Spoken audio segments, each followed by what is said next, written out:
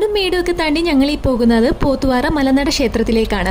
എന്നെ പേഴ്സണലി അറിയുന്നവർക്കറിയാം ഈ അമ്പലവും അവിടുത്തെ പ്രതിഷ്ഠയായ പോത്തുവാറ അമ്മൂമ്മയെ എനിക്ക് എത്രത്തോളം പ്രിയപ്പെട്ടതാണ്. ഈ അമ്പലത്തിന് ഒരു പ്രത്യേകതയുണ്ട്. ഇവിടെ 2 ചെമ്പകമരമുണ്ട്. എത്ര കടുത്ത വേനലാണെങ്കിൽ പോലും ആ ചെമ്പകമരത്തിൽ നിറയെ പൂക്കൾ ഉണ്ടാവും. ഈ 2 ചെമ്പകമരത്തിന്റെ ചുവട്ടിലെ ശിലയിലാണ് ദേവി കുടിയിരിക്കുന്നത്. മൂലസ്ഥാനത്തേക്ക് പുരുഷന്മാർക്കും ചെറിയ കുട്ടികൾക്കും മാത്രമേ പ്രവേശനമുള്ളൂ. പോത്തുവാറ അമ്മൂമ്മയ്ക്കായിട്ടാണ് ഈ വെറ്റില മുറുക്കാൻ സമർപ്പിച്ചിരിക്കുന്നത്.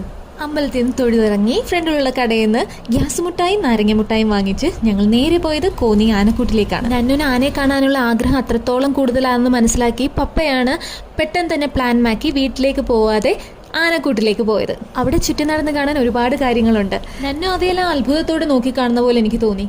നിങ്ങളൊരു ആനപ്രേമിയാണെങ്കിൽ ഉറപ്പായും പത്തനംതിട്ട ജില്ലയിലെ കോന്നി ആനക്കൂട്ടിലേക്ക് വരണം. അവിടെ ഞങ്ങൾ 3D തിയേറ്ററും എക്സ്പീരിയൻസ് ചെയ്തു. കാഴ്ചകളൊക്കെ കണ്ട് നന്നുവായി ഞങ്ങൾ തിരിച്ച് വീട്ടിലേക്ക് വന്നു. വീഡിയോ ഇഷ്ടപ്പെട്ടെങ്കിൽ please do subscribe my YouTube channel. Thank you.